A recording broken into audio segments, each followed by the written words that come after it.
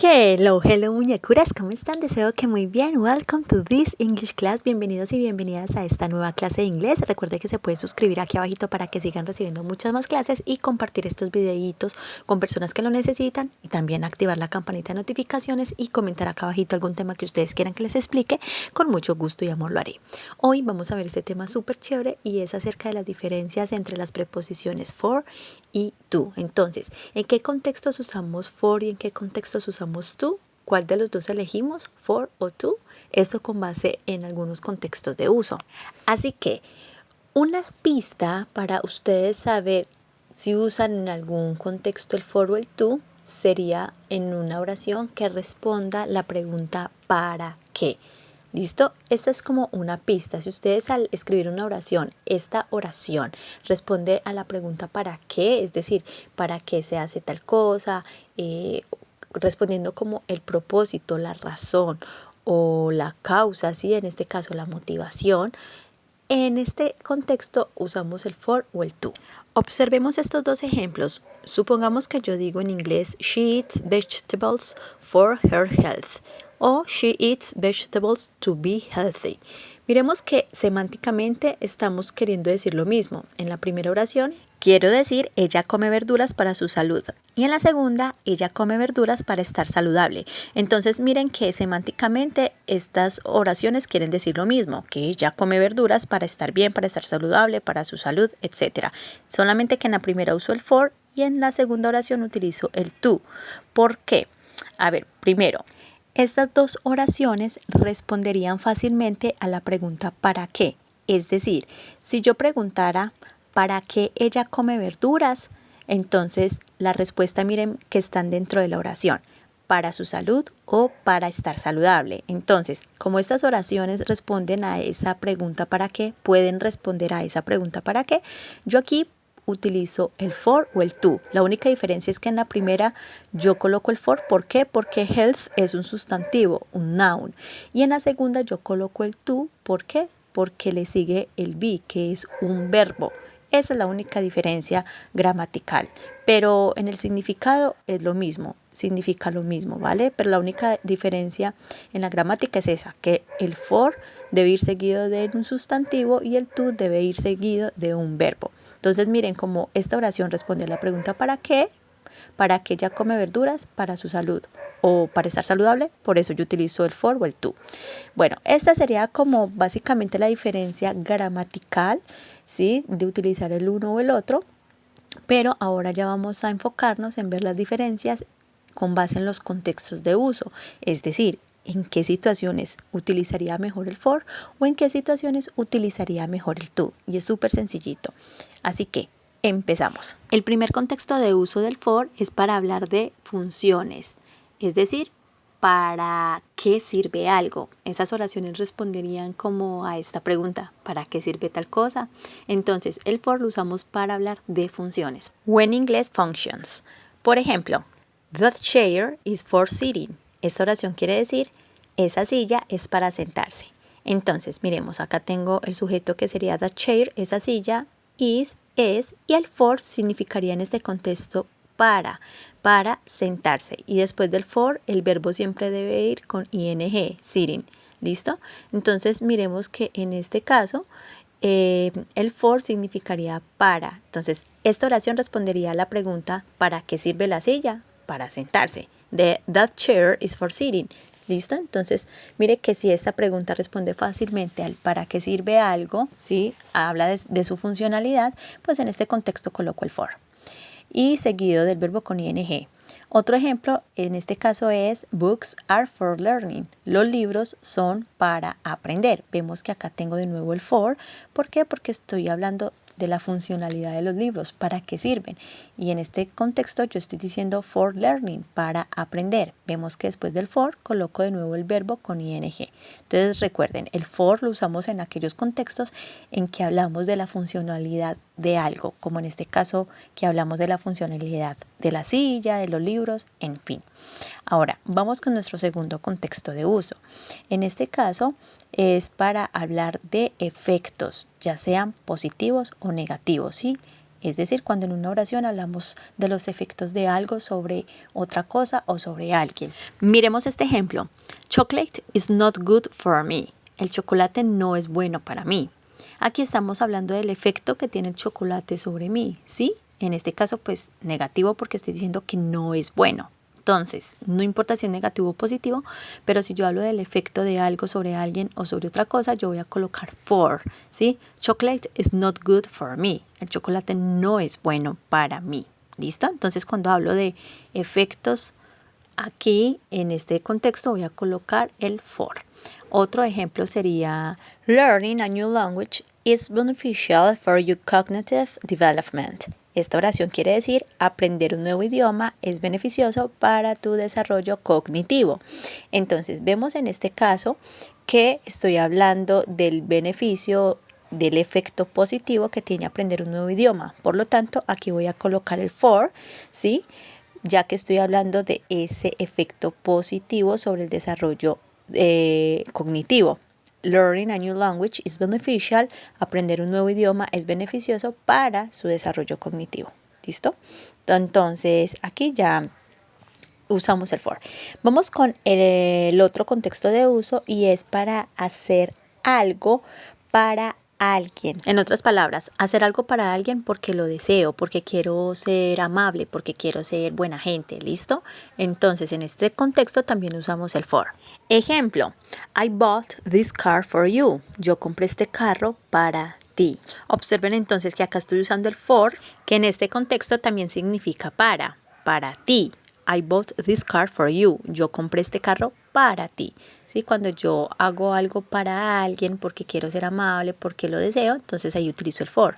Otro ejemplo es si yo digo she made a cake for her friend. Ella hizo un pastel para su amigo, ¿listo? Porque ella lo deseaba hacer, porque quería hacerlo, porque quería ser amable. Entonces en este contexto también utilizo el for. She made a cake for her friend. Ella hizo un pastel para su amigo. She made a cake for her friend. Listo. Ahora vamos con el último contexto de uso. Y aquí es cuando se hace algo por alguien, es decir, hacer algo en vez de alguien, ya sea como en cuestión de ayuda, ¿sí? Por ejemplo, alguien no puede hacerlo, entonces yo lo voy a hacer por esa persona. En este contexto también utilizo el for. Ejemplo, he called all the clients for his mom. Esta oración quiere decir, él llamó todos los clientes por su mamá. En este caso coloco el for porque estoy hablando de que él llamó o le ayudó a llamar a su mamá todos los clientes. En otras palabras, él la sustituyó a ella para llamar a los clientes, ¿sí? Le ayudó, ya sea porque su mamá no podía, porque estaba ocupada, entonces él, en vez de ella, llamó todos los clientes. En este contexto es donde utilizo la preposición for. Otro ejemplo puede ser I'll wash the dishes for you.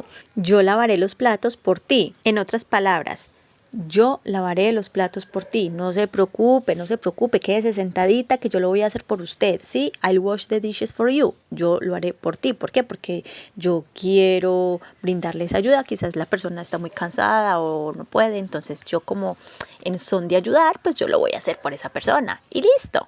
También usamos el for para hablar de la duración de algo. Por ejemplo, she has worked here for 4 years. Ella ha trabajado aquí por 4 años. Vemos que por 4 años lo acompañó con el for 4 years, por 4 años. Listo, mis preciosuras. Esta es la parte del for. Ahora vamos con el to. ¿En qué contextos usamos el to? Y el primero de estos es para dar una opinión, cuando damos una opinión sobre algo, sobre alguien. Por ejemplo, you are beautiful to me. Esta oración quiere decir, usted es hermosa para mí. Es decir, para mi opinión, desde mi punto de vista, tú eres hermosa. Entonces, cuando ustedes vean una oración que tiene este to y luego le sigue un pronombre de objeto, como en este caso me, entonces es porque se está refiriendo a una opinión. You are beautiful to me. Tú eres hermosa para mí o usted es hermosa para mí. Vamos con otro ejemplo. Supongamos que en inglés yo voy a decir, el proyecto parece ambicioso para ella. The project seems ambitious to her. Vemos entonces que es una opinión que ella tiene sobre el proyecto. ¿Cuál es la opinión? Que el proyecto parece ambicioso ¿para quién? Para ella, to her. ¿Listo? Entonces, en este contexto, ella está dando una opinión sobre el proyecto. The project seems ambitious to her. Ahora un tipcito. El to her o el to me puede ir al inicio separado con una coma. Por ejemplo, yo puedo decir, to her, the project seems ambitious. O to me, you are beautiful. Ahora, el otro contexto de uso del to es cuando hablamos de preferencias. O en inglés, preferences. Por ejemplo, yo prefiero café al té. En inglés sería I prefer coffee to tea. Entonces vemos que si yo hablo de la preferencia de una cosa sobre otra, ¿sí? Entonces yo voy a colocar el to, ¿vale? I prefer coffee, yo prefiero el café al té. Por lo tanto, este to aquí lo podemos traducir como a, al o a los. Depende de ese sustantivo que acompaña el to. Otro ejemplo podría ser, él prefiere las bicicletas a los carros. He prefers bikes to cars. Entonces vemos que aquí el to lo podemos traducir como a los. Él prefiere las bicicletas a los carros. He prefers bikes to cars. Entonces recuerden, cuando hablamos de la preferencia de una cosa sobre otra, pues entonces aquí utilizamos el to. Vamos con nuestro otro contexto de uso y en este caso es cuando hablamos de un destino, es decir, que algo, alguien va a una dirección determinada, hay un movimiento, ¿listo? En otras palabras, hay una acción que se dirige a algo o a alguien y generalmente hay un receptor, ya sea alguien que recibe o algo que recibe. Por ejemplo, he spoke to Gabriel. Él habló a Gabriel. Aquí coloco la preposición to. ¿Por qué? Porque el acto de hablar, esa acción que él hizo de hablar, él habló, se dirige hacia alguien. ¿Hacia quién? Hacia Gabriel. Por lo tanto, Gabriel sería el receptor, el destino al que esta persona habló. Otro ejemplo puede ser cuando yo digo, I will give this gift to Luis. Yo daré este regalo a Luis. Aquí me faltó el give. Bueno, después del will va el give. Aquí me lo tragué. Entonces vemos que como yo doy este regalo o daré este regalo a un destinatario, a Luis, aquí es donde coloco el to. Ahora también puede ser cuando hablamos de lugares. Por ejemplo, we are going to go to the beach. En este caso nosotros vamos a ir a la playa. Vemos que yo después del go, que es el verbo ir, coloco to y luego la playa. Nosotros vamos a ir a la playa. Ahora les voy a dar un extra tip en este caso, recordando el contexto en que podemos usar cualquiera de los dos, ya sea el for o el to. Y este contexto era, como se los expliqué al principio, cuando la oración habla de una razón, un propósito, un motivo. Entonces, yo les explicaba cómo podemos colocar el for o el to en una oración que significa lo mismo, que la única diferencia gramatical es que después del for va el now y después del to va un verbo. Así que vamos con otro ejemplo en este contexto en donde podemos usar cualquiera de las dos para hablar de una razón, un motivo o un propósito. Y en este caso sería, por ejemplo, si yo digo en inglés, I study English for pleasure y I study English to travel more. Observemos entonces que ambas oraciones están hablando acerca de una razón, un motivo o un propósito. ¿Listo? Y pueden responder a la pregunta ¿para qué estudias inglés o por qué estudias inglés? Entonces en la primera opción yo coloco el for porque pleasure es un sustantivo. Y recuerden que después del for yo debo colocar un sustantivo si estoy hablando de la razón, el motivo o el propósito. Pero en cambio después del to yo debo colocar un verbo. Así que la primera oración puede responder a la pregunta ¿por qué estudias inglés? Por lo tanto, entonces la respuesta sería I study English for pleasure. Yo estudio inglés por placer. Y la segunda podría responder a la pregunta ¿para qué estudias inglés? I study English to travel more. Yo estudio inglés para viajar más.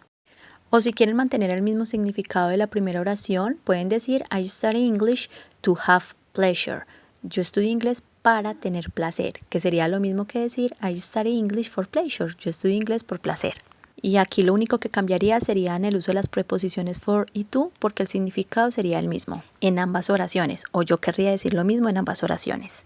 Ahora vamos con otro extra tip, pero ojito con este, que a diferencia del anterior, aquí sí puede haber una confusión en cuanto al significado de la oración, dependiendo si usamos el for o el to.